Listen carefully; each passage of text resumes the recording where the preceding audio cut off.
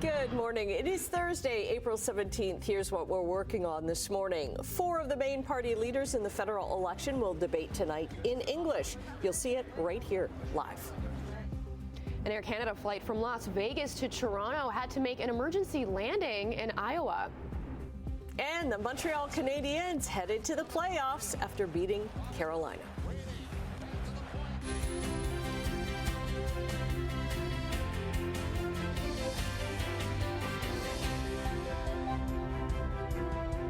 Good morning, Simone Gavros filling in for us today. And Brian, so we're past the halfway mark in April. Yes. It sure doesn't feel like it this morning. It's so cold. I have to pull out my winter jacket again. Yeah, it feels good to put that warmer. I did the same thing, put the warmer coat on this morning because we have a temperature of -3, wind chill -7. What? Don't like that. This is the 17th of April. It's the day I refused to wear my gloves, and I regretted it the whole way in. I'm like driving like this. Yeah, that steering wheel is pretty cold this morning, particularly if your car's been sitting out throughout the overnight. But at least the good news is it's going to be a much better day today than it was yesterday. Yay! We only got to 5 yesterday, and of course we had the cloud cover. The sky did try to clear late in the afternoon with a bit of sunshine, but that's why we have the chilly temperatures right now, is because the sky cleared overnight. It's like kicking off the blankets, and that's what happened. So our temperature fell. But today, sunshine and 13 degrees. So that'll be much better. Enjoy the sun today because, well, it'll be gone for a couple of days tomorrow and Saturday. And we'll fill in all the details on that coming up. All right, checking traffic this morning. Look at that. There's already light in the sky on that particular camera. So we're getting closer to sunrise. No problems here at the 403 and Waterdown Road. All doing fine in the Hamilton area. We'll show you some MTO traffic cameras. Centennial Parkway. Nothing there, top of the skyway. This is on the Burlington side. So Toronto-bound lanes coming towards us on that one. Toronto-bound lane again towards us here at Bronte. The only problem that we have at the moment here in the area is we don't have a camera there. It's at Highway 6 and the 401 right around Push Lynch. We have a vehicle fire on the eastbound lanes of the 401 right around Highway 6. So we'll look at weather and we will look at traffic in detail coming up in a few minutes. Right now, the news. Okay, thanks very much, Brian. Well, 4 of the main party leaders in the federal election will debate tonight in English. And CHCH News will air that debate starting live at 7 o'clock. Now, last night's debate in French, also in Montreal, covered pipelines, affordability, and the return of Donald Trump to the White House. On my first day as Prime Minister, I will restart negotiations to accelerate a deal that will put an end to the tariffs and protect our sovereignty.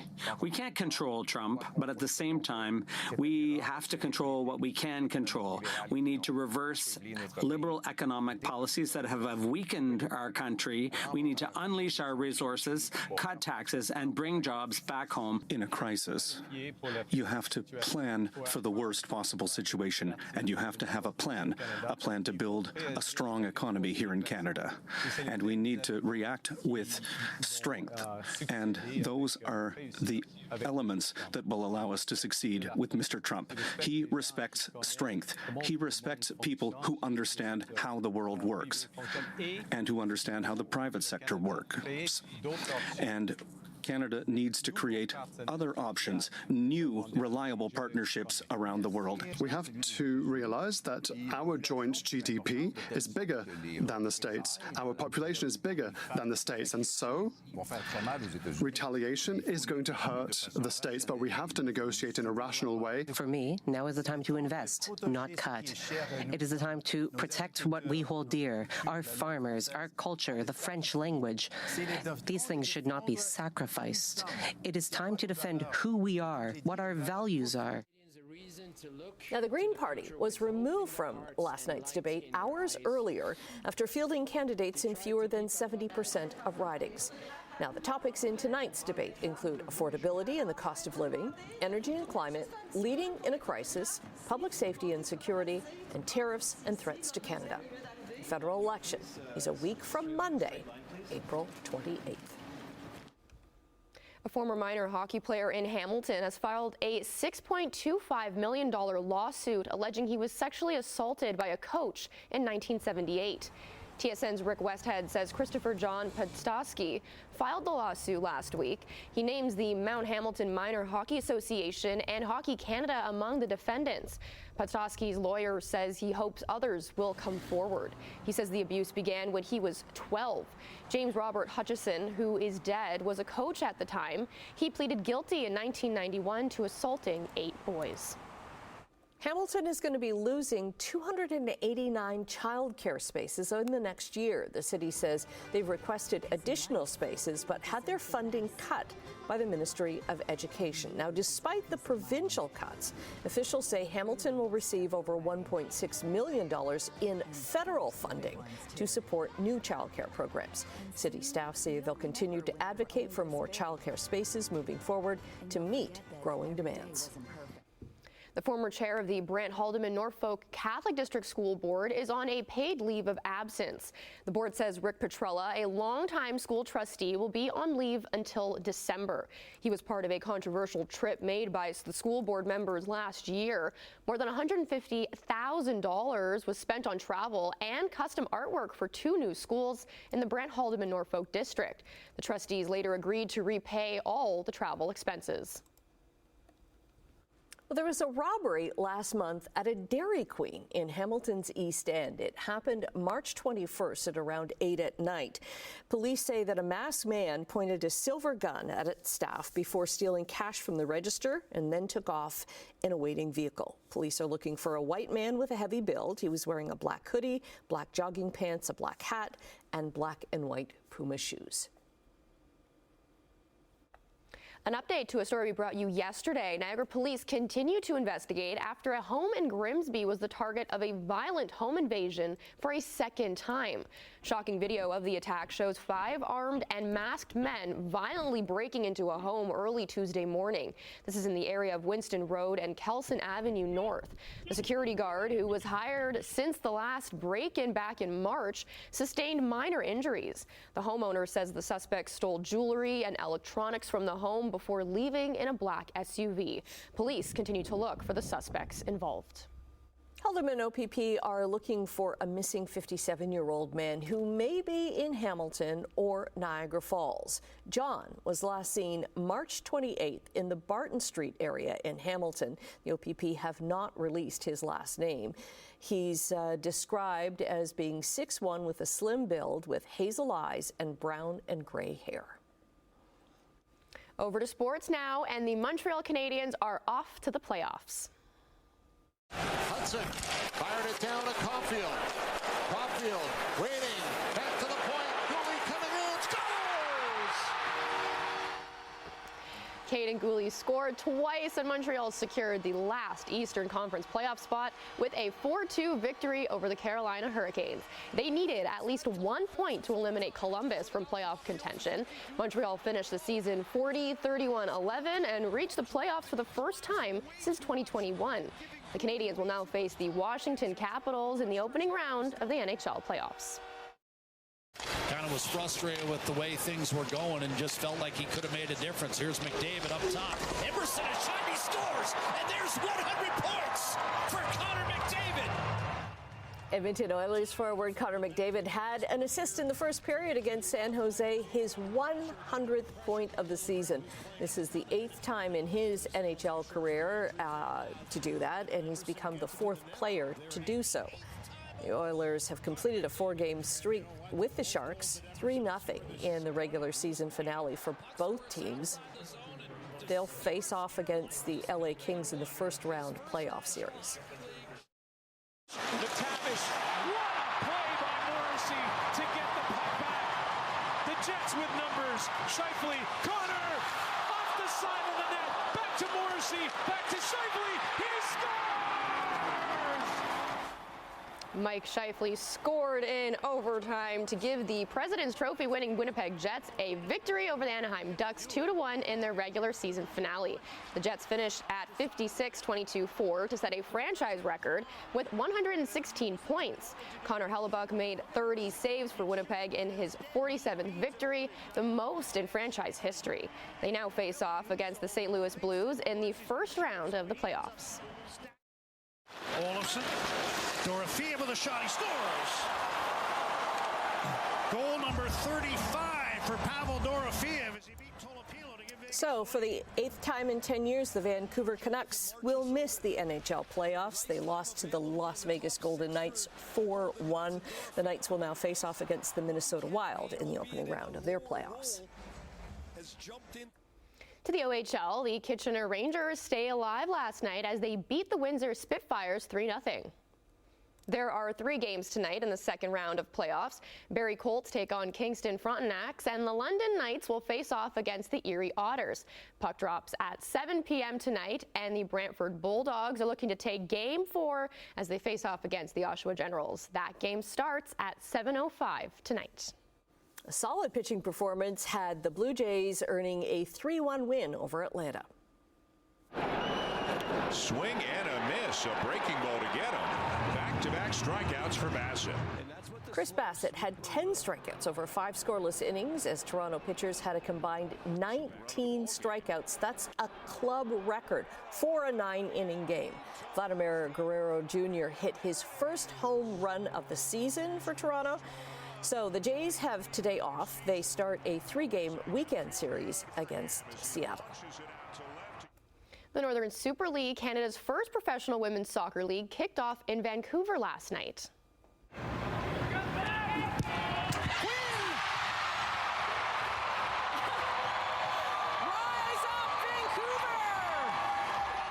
The Vancouver Rise earned the first ever win in Northern Super League history as they defeated the Calgary Wild 1-0.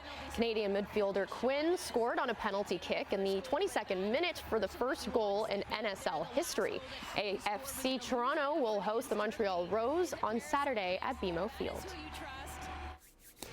Hey, welcome to this Thursday morning. We're getting there. We are getting there. After that chilly, cloudy day yesterday, we'll be better today. And I'll talk about that coming up. 6:12 now as the clock flips over here. Let's look at the traffic watch this morning. Traffic, the 403 is getting a little busier, but it's still rolling nicely so far there.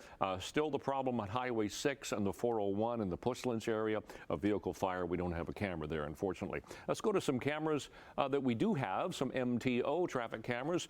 QEW Highway 405 is light still, Centennial Parkway, all the way through north of 2. So, east of Royal Windsor Drive, Toronto bound towards us, looks good. Here's the 427 Gardner QEW combination. Pretty light this morning, and yes, we are starting to see a little light in the sky because the sunrise is a couple of minutes earlier this morning. Let's get to our temperature that we have at the moment. We'll start we're in Hamilton. Hamilton right now, it's a chilly start, -3. We can thank partially that clear sky for it. Winds west at 12 give us a wind chill this morning of -7. Yeah, the gloves will feel good this morning. We're not looking at precipitation for the day today. We're actually looking finally at a pretty nice day. Sunny, light winds, high of 13 degrees. Enjoy today.